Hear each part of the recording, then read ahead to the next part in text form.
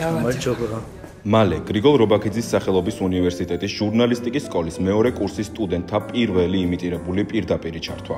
დღეს სტუმართან ერთად ქართული ქალაქური ტრადიციული ხელოვნების შესახებ უნდა ვისაუბროთ. ქალაქური სიმღერის ფენომენი საქართველოს გარდა სხვა ქვეყანას არ მოეპოვება. მთავარი სტუმარი ქალაქური სიმღერების ავტორი, კომპოზიტორი ნათია ზეინკლიშვილი და მისი დაუვიწყარი სიმღერების შექმნის საიდუმლო. წარმოუდგენელი იყო, რომ როდისმე დამეშვა, რომ მე შეიძლება სიმღერა დავწერო. ქალაქური სიმღერა და ქალაქის ცხოვრების წესი. და ყველა ქალაქს თავისი ქალაქელი ჰყავს.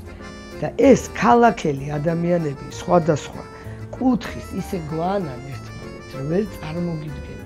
სიმღერის წარმატებისას არ შეიძლება არ ვახსენოთ ლექსი. თქვენ ამ მხრივ გაგიმართლოთ, რადგან გვერდით გყავდათ მანანა სიამაშვილი. თუ კი რამე წარმატება შეიძლება ერქვას ჩემს სიმღერებს და რაღაცა ცნობილია, ეს მართლა ვიცახი, ეს არის მანანა სიამაშვილის დამსახურება.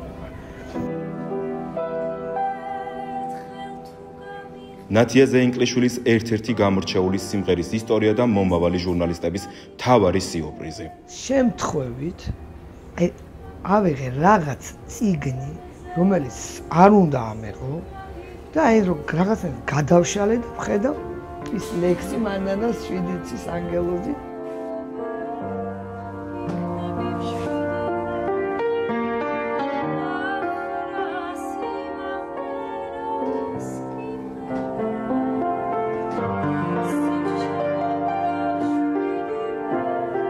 მალე ყველა მულტიმედია პლატფორმაზე